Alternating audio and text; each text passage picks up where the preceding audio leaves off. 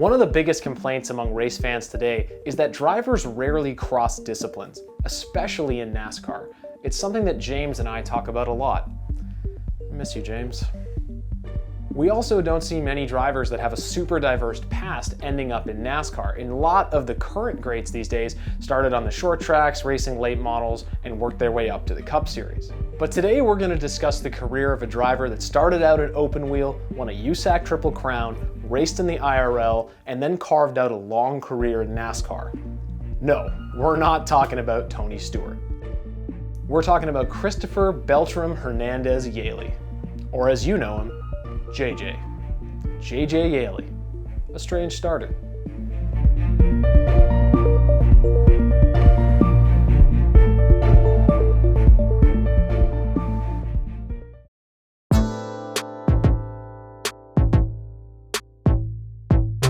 JJ Yeley has an interesting story. A lot of current NASCAR fans know him as one of those drivers driving backmarker equipment, and a lot of people have labeled him a bust because he didn't really produce in the very few years that he was in a good car. But JJ has an entire history of success on the racetrack long before he ever stepped foot in a NASCAR stock car. Now, I'm by no means a sprint car racing expert. I don't know a lot about the sport. Where I grew up, they didn't have sprint car racing, so I don't want to pass on any misinformation about it, so I'll just stick to the facts I could find online. In his career to date, Yeley has won over 60 national sprint car racing events, and he became the second driver ever to win all 3 national championships in the same season: sprint, midget, and silver crown. Tony Stewart was the first, by the way. Yeley is one of the most prolific drivers in the history of USAC. Early in his career, it seemed like he would follow the usual ladder of the time and go on to race in Indy cars. Yeley did do some racing in the IRL in the late 90s. He drove in 5 races in 1998 for Sinden Racing, including a 9th place finish in that year's Indy 500, but his overall average finish in those starts was only 20th. He did a couple more IRL races in 2000, but nothing came of it. In 2003, Yeley went on the tear we already talked about, winning all 3 national championships in sprint cars, and that performance got him an invitation to the 2004 IROC Series, the International Race of Champions. He got to race alongside great drivers from IRL and NASCAR. 2004 also saw JJ try a new style of racing, them big old stock cars. He signed a development contract with Joe Gibbs Racing to race in the Busch Series, which is what we now know as the Xfinity Series. He made 17 starts that season, earning 4 top 10s. But actually, one of those starts was not in the 18 car. It was in the 51 car for Rick Ware Racing, as he actually failed to qualify at Charlotte, but Rick Ware let him drive his car, because strange starters never disappoint. The 4 top 10s that year left a lot to be desired, but JJ had some really impressive runs for someone with very little stock car experience. He came very close to winning the race at Chicagoland before stalling his car on his final pit stop, which cost him a lot of track position and cost him a shot at the win. Near the end of 2004, JJ was also tabbed to drive a 3rd Cup car for Joe Gibbs Racing. He made his debut at Fontana, finishing 41st, and ran at Atlanta as well, finishing 27th. For 2005, Yeley was signed to drive the full Busch Series season in the number 18 Chevy. He earned 4 top 5s and 12 top 10 finishes, coming so close to a win late in the season at Memphis. Once again, he was tabbed by JGR to drive in the Cup Series. After the team released Jason Leffler, they looked to their Busch Series drivers JJ Yeley and Denny Hamlin to help fill races in the number 11 FedEx Chevy. Yeley made 4 starts, earning a best finish of 25th at Dover. This kind of ended up being an audition for the number 11 seat in 2006. Unfortunately for Yeley, his rookie teammate Denny Hamlin outshined him. He had some very good runs, including 3 top 10s, and won the pole at the second last race of the season at Phoenix. But luckily for JJ, Gibbs' longtime Cup Series driver Bobby Labonte announced he was leaving the team at the end of 2005 to sign with Petty Enterprises. Gibbs reportedly looked to sign a veteran driver to fill the number 18 car in 2006, but it was actually Tony Stewart that lobbied for JJ Yeley to be given that seat, reassuring the Gibbs camp that he was ready for the big show. So Yeley embarked on his rookie Cup Series campaign in 2006.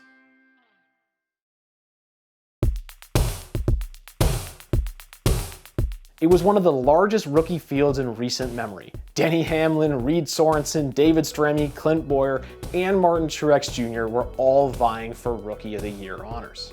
It was a tough season for JJ. He earned just 3 top 10 finishes and was horrifically outshined by his rookie teammate Denny Hamlin. Hamlin dusted him the entire season, winning both Pocono races, earning 20 top 10s, and finishing 3rd in the final point standings. In comparison, Yeley looked terrible, but you have to remember they both came from very different racing backgrounds. Hamlin grew up on asphalt, and Yeley didn't. He grew up racing on dirt. Hamlin jumped in a Cup car and just everything clicked for him. He was very similar to Jimmy Johnson in that way. Lackluster Busch Series results, but instant success in Cup. Yeley just wasn't at that level. People also tend to point out this really bad move in the fall Charlotte race that kind of ruined Mark Martin's championship hopes that season. So, wasn't great, but like, everybody makes mistakes. Yeley also drove the full Busch Series schedule in 2006, earning 22 top 10s and coming oh so close to his first career win at Kentucky, losing to eventual underdog winner David Gilliland. If you ask JJ, he'll probably tell you this is still his greatest defeat and one he wishes he could have back. JJ returned to Gibbs number 18 for 2007, earning a 2nd place finish in the Coke 600, but still just 3 top 10s overall. But he did improve on his final championship standings. He finished 21st in comparison to the 29th he finished in 2006. Yeley also had a lot of BS happen to him in 2007. There's no really better way to put it. He had a loose lug nut at Vegas, a mechanical failure took a top 10 away at Bristol, he had a motor failure at Talladega, a broken shock mount at Dover, and another lug nut issue at Indianapolis. It was just the perfect storm of problems. JJ once again drove in the Busch Series in 2007, this time for James Finch's Phoenix Racing team. It was a very rough year for the team. He failed to qualify for the first race at Daytona, and he had just 1 top 10 on the season, a 10th at Gateway. Midway through the 2007 season, it became clear that the free agent market was heating up, with Dale Earnhardt Jr. and Kyle Busch as the top 2 most courted drivers. This led to a bidding war, and Yeley knew that Gibbs would be going after both drivers. In an ESPN interview with Jenna Fryer, he said, "Obviously there are some drivers out there that have become available that have shaken up NASCAR. If I get fired, I get fired." He got fired. For 2008, JJ was the odd man out at Joe Gibbs Racing, and then he signed kind of awkwardly with Hall of Fame Racing, which was a Joe Gibbs satellite team. They switched to Toyota for the 2008 season to keep that alliance with Gibbs. This seemed like a great move. JJ would still be driving JGR stuff, he'd have all that support, and he could work on reinventing his career. But of course, it didn't go that way at all. 2008 was a mostly nightmare year for Yeley and the Hall of Fame team. Outside of stealing a 3rd place finish in a rain-shortened New Hampshire race, their best finish was 24th. They also failed to qualify for several races. In a really weird turn of events at Daytona in the summer, after failing to qualify, JJ actually drove as a relief driver for Tony Stewart and ran as high as the top 5 before being taken out in a wreck.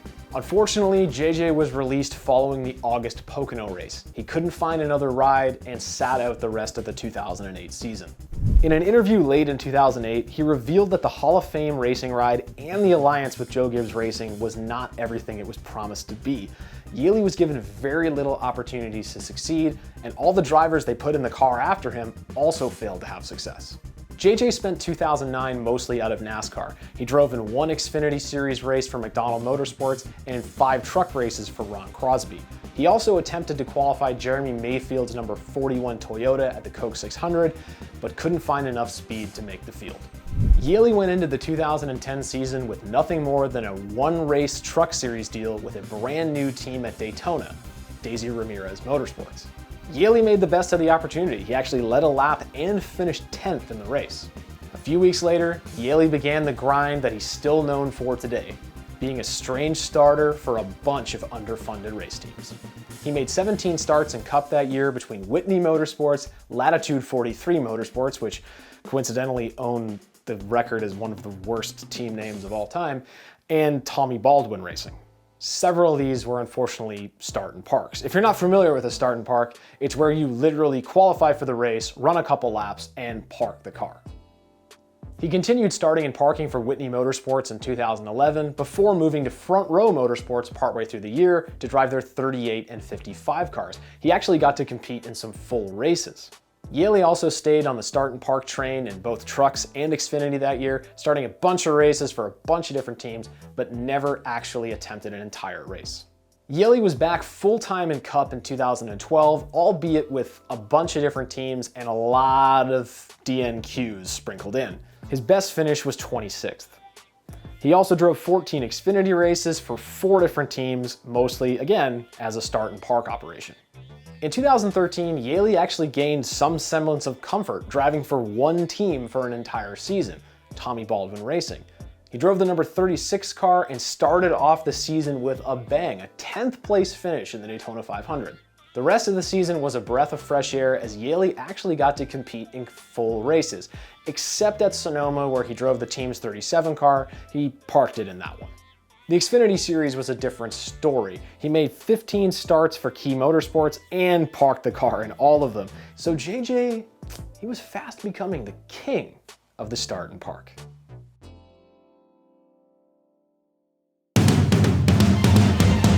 In 2014, JJ drove half the Cup Series schedule with 3 different teams. Extreme Motorsports, which is another terrible team name, Go Fast Racing, and BK Racing.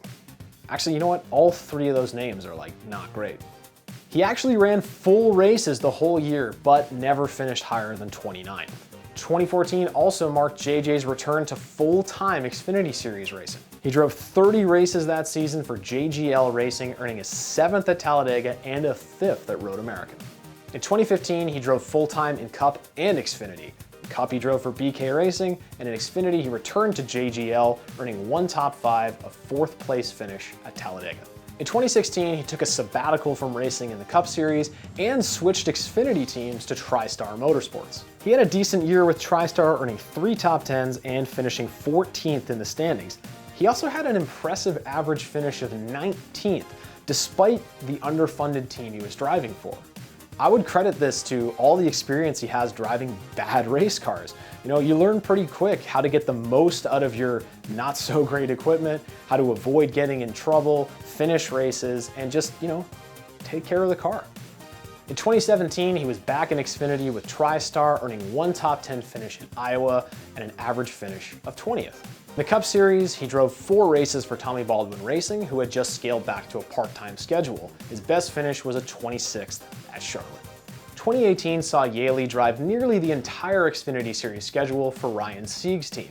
He started and parked a few times, but did run some complete races. He actually had some very impressive finishes of 11th at Vegas and 15th at Richmond.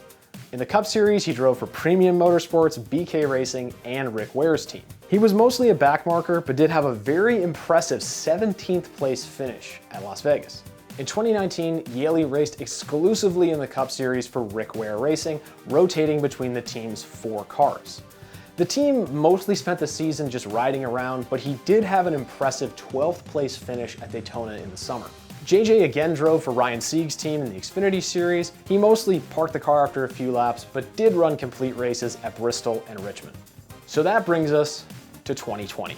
This season, JJ Yeley has again been driving pretty much just underfunded equipment. He's driven for Rick Ware Racing, Spire Motorsports, and Tommy Baldwin in Cup, and Jimmy Means and Bobby Dotter in the Xfinity Series. If you look at his finishes compared to the superstars of the sport, he looks absolutely terrible.